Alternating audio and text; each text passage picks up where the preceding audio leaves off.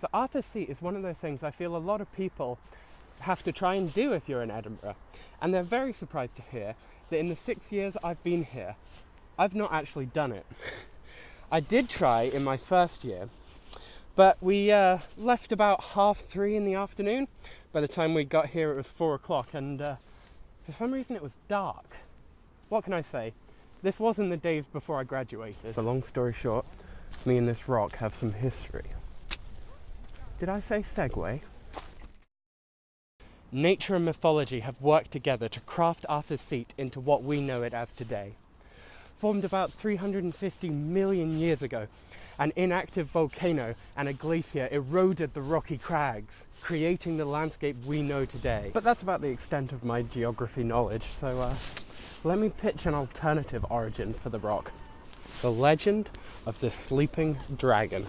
According to legend, the land around Edinburgh used to be terrorized by a terrific dragon. It circled the skies, igniting them with fire and terrorizing the rest of them. Over the years, the dragon continued to steal and eat, and became greedier and fatter and slower. It was no longer a fierce monster that soared through the skies, terrifying those below. Its constant complacency caused it to become increasingly lazier. It would sleep for days, months, and eventually years at a time. One day it rested on the peak just outside of Edinburgh and fell asleep. Unfortunately for the dragon, it never woke up. As the years passed, earth spread, covering it slowly, and its exposed back solidified into rock. Whether that's true or not, the hill is definitely surrounded by a lot of mystery. One mystifying and very true story began in 1836. Some boys were out hunting rabbits when they discovered 17 miniature coffins buried on the hillside.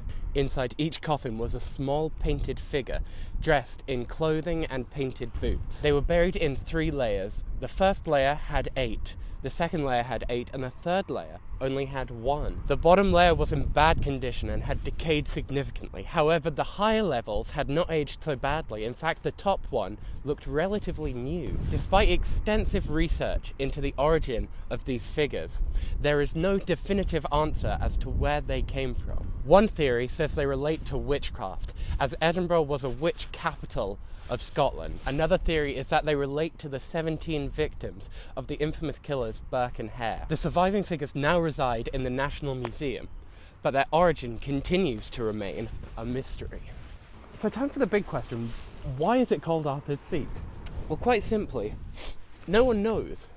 There's a lot of mystery surrounding the origin of the name. There are the remains of a hill fort, thought to be a fortress of the Votadini. The Welsh poem Why Gododin, thought to be the oldest piece of Celtic literature, tells the story of how 300 strong Votadini warriors assembled at Arthur's Seat. Din Eden, or Edinburgh as it's called today, was the centre of the Votadini Empire, and therefore this rock would be the seat of their empire. However, there's also a reference in Why Gododin to King Arthur as a paragon of bravery, and it's highly considered that this is the first reference of the character. It's believed Arthur's Seat could be the long-lost Camelot, and that Arthur's Seat is the round table in which his knights sat. However, it's more likely to be an evolution of the old Gaelic phrase, Ard na Set, which means height of arrows. So whether it's a dragon that'll one day rise again and rain terror across Edinburgh, or this is where Arthur sat with his knights of the round table,